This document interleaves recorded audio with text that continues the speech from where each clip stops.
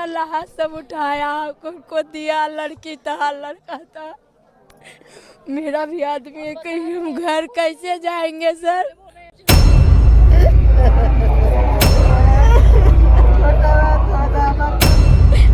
ये भी नहीं बता रहे किस अस्पताल में किस जगह जो घायल हुए हैं वो कहाँ गए, जिसकी बॉडी कहाँ गई वो भी तो दे दे पब्लिक को, भी जाके अपना देख लेंगे। ललित जहाँ हो तहाँ से नहीं आ जाओ, ललित की अम्मा। कुंभ हो, अर्धकुंभ हो, पूर्ण कुंभ हो या महाकुंभ हो, इन सब में सबसे बड़ा अमृत स्नान मौनी अमावस्या का होता है।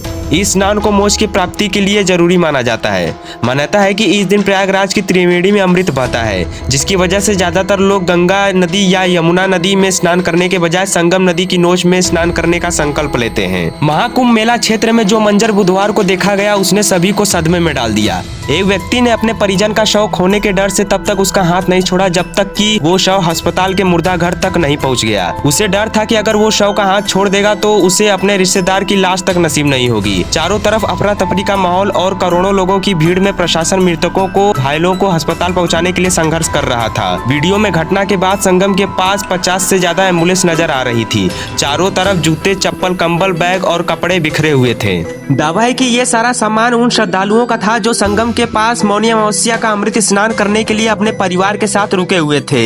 लेकिन इसी दौरान लोगों की जो भीड़ संगम की तरफ जा रही थी उसमें भगदड़ मच गई और इस भगदड़ में ये भीड़ उन लोगों पर गिर गई जो वहाँ सो रहे थे या अपने परिवार के साथ अमृत स्नान करने का इंतजार कर रहे थे। इस भगदड़ के बाद सैकड़ों लोग अपनों से बिछड़ गए और कई लोगों के शव को एम्बुलेंस से अस्पताल लाया गया। अस्पताल के फर्श पर 11 लाशें दिख रही थी जिनकी तस्वीरें आपको विचलित भी कर सकती है। अभी तक हम हर रोज महाकुंभ की भव्य तस्वीरें देख रहे थे जिसमें हर रोज करोड़ों लोग स्नान कर रहे थे। कहीं कोई अप्रिय घटना नहीं हुई, लेकिन किसी ने भी यह कल्पना नहीं की थी कि हमें महाकुंभ में दिव्य तस्वीरों के बीच आज ये दुखद तस्वीरें देखनी पड़ेगी जिसमें हम महाकुंभ में स्नान के बजाय मौत के आंकड़े देखेंगे।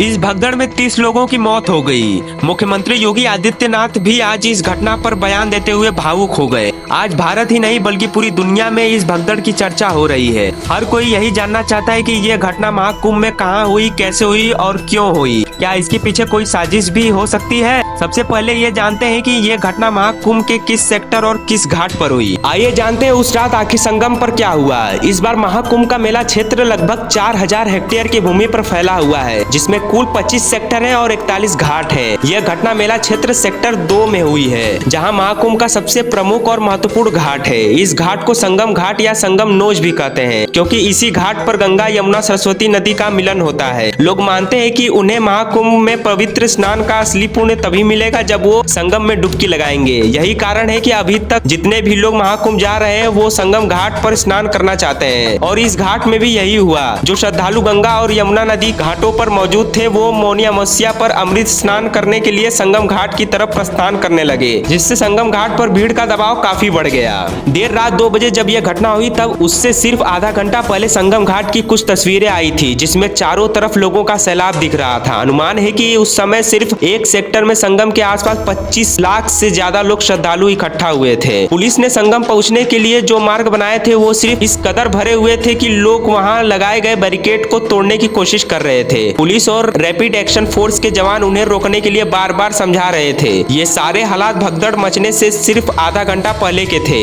प्रशासन के मुताबिक ये घटना देर रात 1:45 से 2 बजे के बीच हुई। जहां ये घटना हुई वहां से संगम घाट की दूरी ज्यादा से ज्यादा 200 मीटर थी। अब इस सवाल पर आते हैं कि क्या इस भीड़ का कारण वीवीआईपी मूवमेंट था। बहुत सारे लोग सोशल मीडिया पर दावा कर रहे हैं कि प्रशासन ने वीवीआईपी नेताओं, सेलिब्रिटी और अधिकारियों के लिए कई मार्ग को आरक्षित किया हुआ था जिसके कारण ये भगदड़ हुई। लेकिन हमें जो जानकारियां मिली है उनके मुताबिक ये दावा भ्रामक है और पूरी तरह से सही नहीं है। महाकुंभ के 45 दिनों में सबसे बड़ा अमृत स्नान मौनी अमावस्या को संगम में होता है और ये स्नान 13 अखाड़ों के साधु संतों और महामंडलेश्वर द्वारा किया जाता है। इस दिन आम श्रद्धालु गंगा और यमुना नदी के घाटों पर अमृत स्नान कर सकते हैं, लेकिन साधु संत सनातन परंपरा के कारण संगम की नोज पर ही अमृत स्नान कर सकते हैं। यही कारण कारण है कि संगम पर साधु संतों के पहुंचने के लिए आरक्षित मार्ग बनाया जाता है, जिससे अखाड़ा रोड भी कहते हैं। क्या प्रशासन ने भीड़ को नियंत्रित करने का कोई प्रयास नहीं किया? क्या इस भगदड़ को रोका जा सकता था?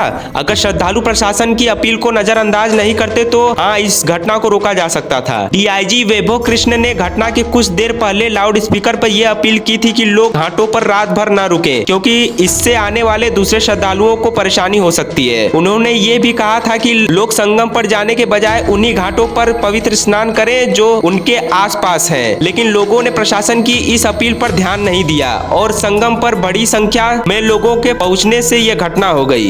ये बात सही है कि लोगों ने प्रशासन की अपील पर ध्यान नहीं दिया, लेकिन एक तथ्य ये भी है कि घटना के लिए लोगों को दोष देना बिल्कुल गलत होगा। अगर आप महाकुंभ की व्यवस्था को देखेंगे तो प्रशासन ने संगम पर भीड़ को नियंत्रित करने के लिए कई रास्तों को डाइवर्ट किया हुआ था। इस डाइवर्जन के कारण लोगों को 6 से 7 किलोमीटर पैदल चलकर संगम की नोच पर पहुंचना पड़ता था, यानी कि संगम का जो रास्ता 1 से 2 किलोमीटर का था वो डाइवर्जन के कारण 6 से 7 किलोमीटर का हो गया था।